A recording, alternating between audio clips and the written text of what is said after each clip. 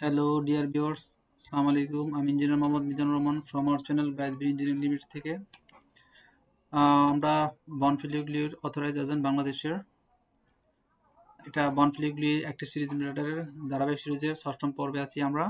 আজকে আমি আপনাদেরকে দেখাবো active series of active series ইনভার্টার্স।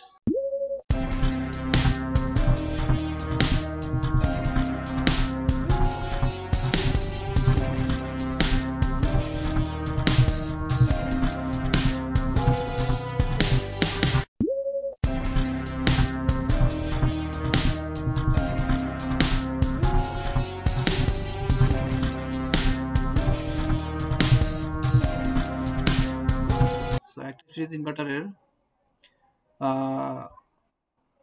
আমি কিছু অ্যাক্সেসরিজ ইউজ করা হয় প্রাইমারি লাইনে অর্থাৎ ইনভার্টারের পূর্বে এবং ইনভার্টার সাথে কিছু অ্যাক্সেসরিজ ইউজ করা হয় সেগুলো নিয়ে আসলে আমি আপনাদের সাথে আলোচনা করবো আছে। তো প্রথমে হলো ব্রেক রেজিস্টর। এটা হলো ব্রেক রেজিস্টর। আপনারা যারা ইন্ডাস্ট্রিতে জব করতেছেন, ফিল্ড লেভেলে কাজ করতেছেন, তারা অবশ্যই ইনভার্টারের সাথে অনেক সময় ব্রেক রেজিস্টর দেখেন। তো ব্রেক রেজিস্টর ইউজ করে দেখেন এখানে ব্রেক রেজিস্টর টাইপ বিআর সবসময় দেখবেন ইনভার্টারের একটা সিম্বল থাকে বা ইনভার্টারের ইনপুট আউটপুটের ইনপুটের সাথে অর্থাৎ লাইন 1 লাইন 2 লাইন 3 এর সাথে বিআর চিহ্ন থাকে, দেখবেন বিআর প্লাস বিআর মাইনাস আর কি। এটা হলো ব্রেক রেজিস্টর সিম্বল, এখানে শর্ট ফর্ম বিআর ভাবে লেখা থাকে। The brake resistor offer an inexpensive solution to dissipate generator power that occurs at deceleration. Thermal sensor for the brake resistor protects the resistor from overheating.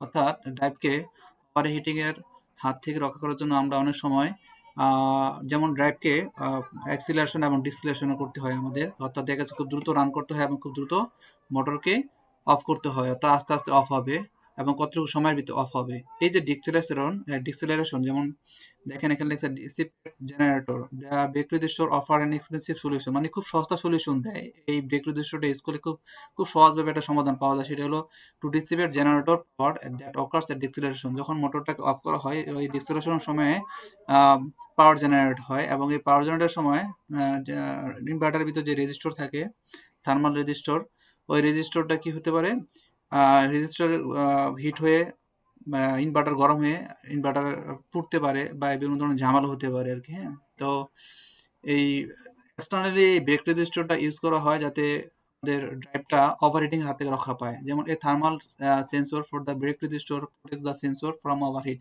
অর্থাৎ আপনি যদি break রেজিস্টরটা use করেন তাহলে আপনার ড্রাইভটা কি করবে, ওভারহিটিং এর হাত থেকে রক্ষা থাকবে আর কি। হ্যাঁ, আমি এই অ্যাক্সেসরিজের ভিতরে এই পার্টগুলো রাখার চেষ্টা করতেছি, যারা আপনারা ধারাবাহিক পর্বগুলো দেখতেছেন মানে প্রিভিয়াস ভিডিওগুলো দেখছেন, তারা দেখা গেছে এই ভিডিওটা পেলে অবশ্যই দেখা গেছে খুব বেনিফিশিয়াল হবেন আর কি। হ্যাঁ, আমরা যাচ্ছি পরবর্তীতে পাওয়ার চক কয়েল। দেখেন ইনভার্টার যারা ব্যবহার করেন মোস্ট অফ দ্য টাইম অনেকে ইনপুটে পাওয়ার চক ইউজ করেন না।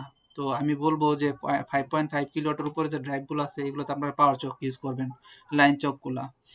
এখানে দেখেন লাইন চক তো আমাদের লাইন দুই ধরনের, যে অনেকে থ্রি ফেজ ড্রাইভ ইউজ করে। থ্রি ফেজ ড্রাইভে সাধারণত এক ধরনের লাইন চক ইউজ হয় এবং সিঙ্গেল ফেজ লাইনে এক ধরনের লাইন চক ইউজ হয়। তো এখানে আমি দুই ধরনের লাইন চকই আপনাদের জন্য সুবিধার জন্য রেখেছি। এখানে দেখেন পাওয়ার চক টাইপ এলসিবিএস এবং এলসিবিটি, এখানে দুই ধরনের পাওয়ার চক রাখছি আমি। এটা হলো লাইন চক, হ্যাঁ, বা পাওয়ার চক বলে অনেকে। Power choke type LCBS for single phase power installation. যখন আপনার সিঙ্গেল ফেজ পাওয়ার ইনস্টলেশন করবেন তখন আপনাকে এলসিবিএসটাকে সিলেক্ট করতে হবে।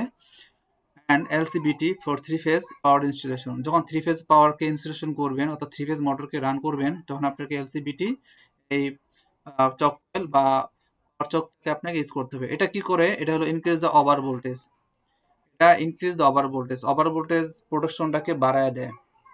অর্থাৎ আপনার এইটার ব্যবহারের মাধ্যমে আপনার এটা যেহেতু মেন সাপ্লাইয়ের সাথে ইন্টিগ্রেট করা থাকে অর্থাৎ সাপ্লাইয়ের পরে চক কয়েলটা আসবে আর কি। হ্যাঁ, তো আপনার ড্রাইভে যদি 380 থেকে 480 ভোল্টেজের জন্য যদি ভোল্টেজ রেঞ্জ থাকে তখন দেখা গেছে এর থেকেও যদি আপনি চক কয়েল না ইউজ করেন তো ড্রাইভে সরাসরি দেখা গেছে 500-র উপরে ভোল্টেজ আসতে পারে। তো 500-র উপরে ভোল্টেজ আসলে আপনার ড্রাইভটা যে কোনো সময় বার্ন হতে পারে, পুড়ে যেতে পারে।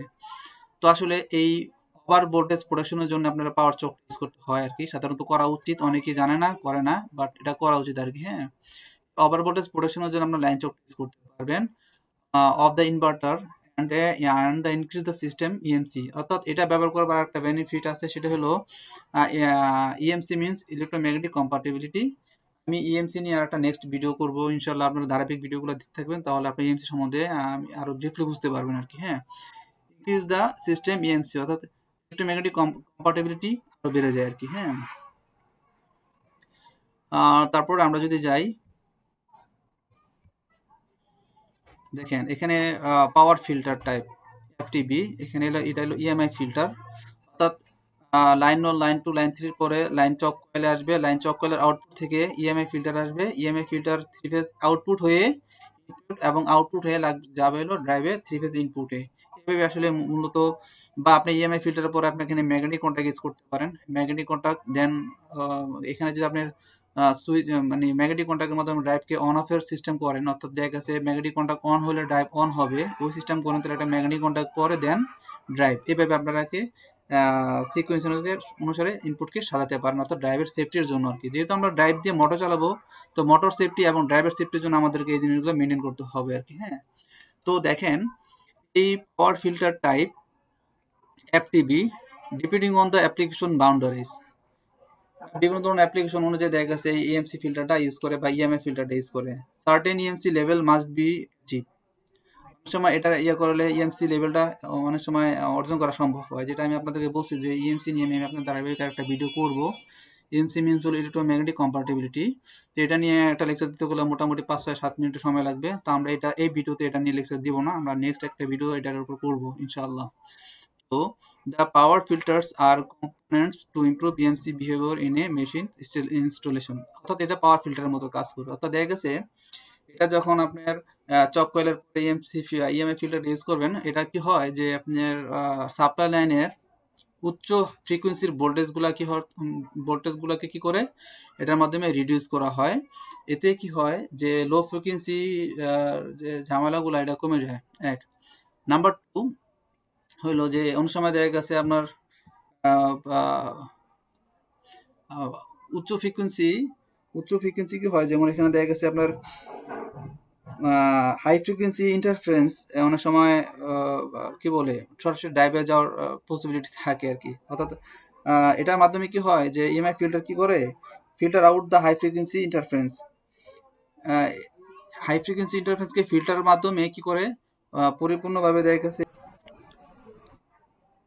and other components are integrated in EMI filter to filter out the high frequency interference।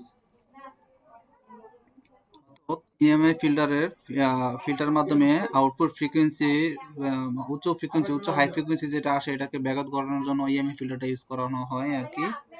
তো ভিউয়ার্স, দেখা হবে সপ্তম পর্বে। যারা আমার এই ভিডিওটি দেখে যারা আমার ভিডিওটি দেখছেন এবং যাদের কাছে ভালো লাগছে, তারা অবশ্যই চ্যানেলটিকে লাইক করে এবং কমেন্ট করে এবং বন্ধুদের সাথে শেয়ার করে রাখতে পারেন। এবং এই ধরনের আরো মূল্যবান ভিডিও পেতে অবশ্যই আমার চ্যানেলটাকে পাশে থাকবে। তো দেখা হবে সপ্তম পর্বে। এই পর্যন্ত ভালো থাকবেন। আল্লাহ হাফেজ।